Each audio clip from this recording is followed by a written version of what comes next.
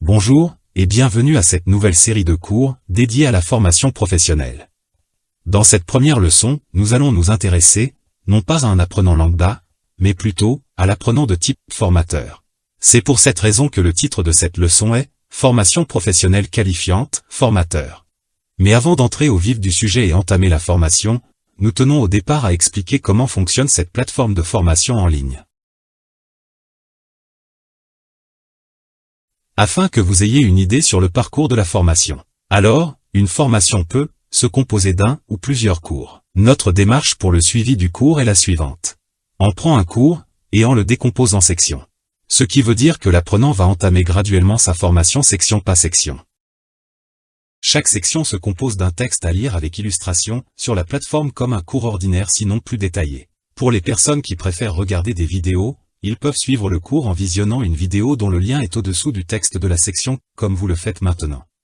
Une fois la lecture terminée, le système vous propose un quiz ou des questions de compréhension. Ce quiz sera vu et analysé par votre tuteur et vous donne une idée sur votre niveau de compréhension de cette section.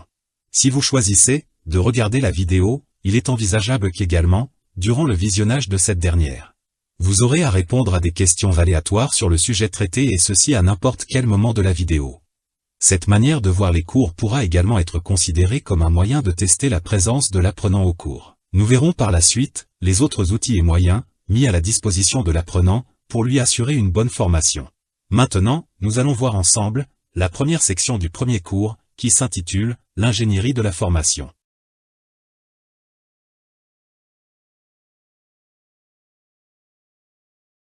Dans certains secteurs professionnels, les formateurs tiennent leur légitimité de leur expérience professionnelle et de leurs compétences pédagogiques indépendamment d'un diplôme universitaire. Pour des raisons qui tiennent à leur parcours souvent atypique, à un rapport au mode d'apprentissage scolaire parfois conflictuel, à la réalité des problématiques d'apprentissage des candidats qu'ils accompagnent.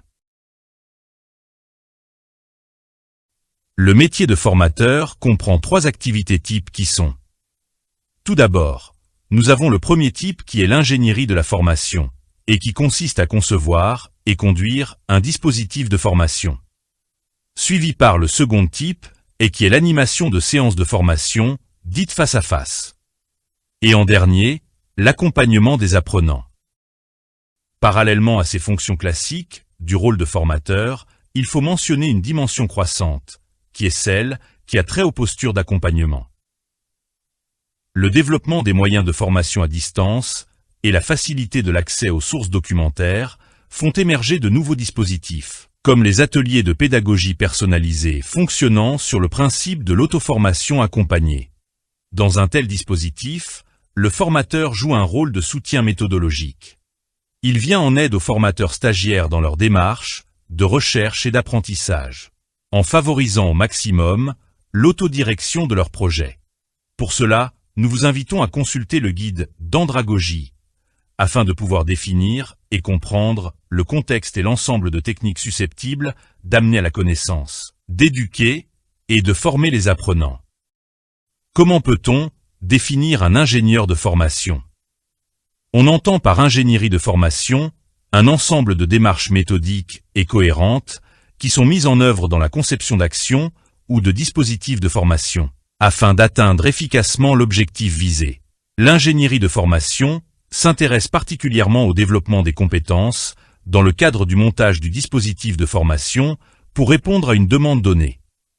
Plus explicitement, l'ingénierie de formation comprend les méthodes et les pratiques de l'analyse de la demande et des besoins de formation et ceux-ci ont la conception d'un projet de formation, la définition des méthodes et moyens à mettre en œuvre, la coordination et le suivi de la formation.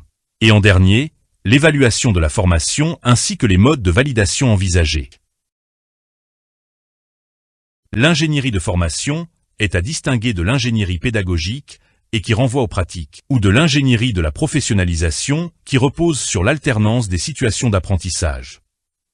On distingue 2 types d'activités principales d'ingénierie, ingénierie de formation et ingénierie pédagogique, en plus des activités secondaires, didactique et évolution des compétences. Et enfin des activités transversales dans le développement des compétences où nous avons la conception de dispositifs et professionnalisation.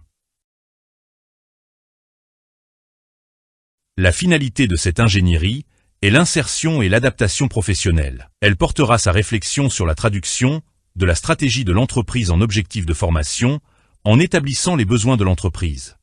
Ce niveau est mené par les responsables et les ingénieurs de formation et implique les directeurs des ressources humaines et les partenaires sociaux et les opérationnels. Ici, il est question d'aboutir au plan de formation, action de formation. Dans la mise en œuvre d'un tel dispositif, les ingénieries pédagogiques et de formation collaborent étroitement. La première choisira les moyens pédagogiques pour permettre et optimiser l'apprentissage, alors que la deuxième construira le programme de formation. Ingénierie pédagogique. Celle-ci réunit les conditions de réussite des processus d'apprentissage à la dimension technico-pédagogique. Elle vise le développement des compétences par l'optimisation des processus. Aujourd'hui, la formation devient de plus en plus un enjeu stratégique et le métier de formateur évolue.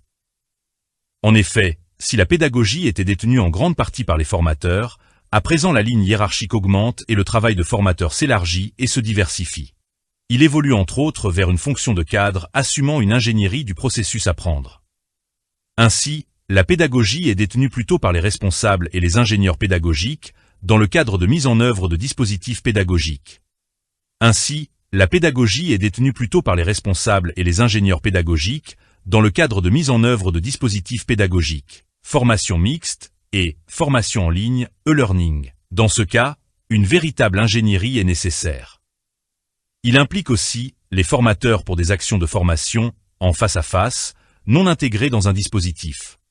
Si l'ingénierie de formation définit le plan de formation, on tiendra compte ici des méthodes et des moyens pédagogiques, des caractéristiques, des dispositions et également des modules à mettre en place suivant une logique définie. Par exemple, pour professionnaliser, les cadres nous choisiront l'articulation, la progression et la manière d'atteindre chaque objectif de manière optimale. L'ingénieur pédagogique ou le conseiller pédagogique ou encore concepteur pédagogique conçoit, implante, gère et évalue des dispositifs de formation présentielle et ou en ligne. On parle aussi parfois d'ingénieur technopédagogique. L'expression ingénieur pédagogique sous-entend le terme d'ingénieur pédagogique multimédia. Celui-ci doit avoir une maîtrise de toutes les technologies sous-jacentes à la production de modules d'apprentissage. La technologie web, programmation, traitement de la vidéo, dessin d'animation vectorielle, etc. Il est très fréquemment formateur ou enseignant. Le terme d'ingénieur n'a pas de valeur juridique dans de nombreux pays et qu'il existe un certain flou dans les dénominations. Comme concepteur de cours en ligne, consultant FOAD, ingénieur de technologie éducative. Pour la réalisation d'environnements d'apprentissage, l'ingénieur pédagogique doit avoir une certaine maîtrise des plateformes pédagogiques LMS et des outils de création de contenu d'apprentissage en ligne. Il assiste également les formateurs enseignants à la scénarisation de leur contenu, selon des parcours pédagogiques ouverts ou fermés. Il s'agit d'un métier n'existant que depuis une dizaine d'années, et de nombreuses organisations ne disposent que d'un ingénieur pédagogique. Véritable homme à tout faire, du technopédagogique. Administrateur de plateformes pédagogiques, chef de projet e-learning, expert vidéo et multimédia, support technique auprès des formateurs de l'organisation. Ses compétences, en ingénierie pédagogique et technique, lui permettent d'être en interface avec les équipes techniques et pédagogiques. Dans le cadre de la conception d'un dispositif de formation en ligne, se déployant parfois dans un écosystème pédagogique.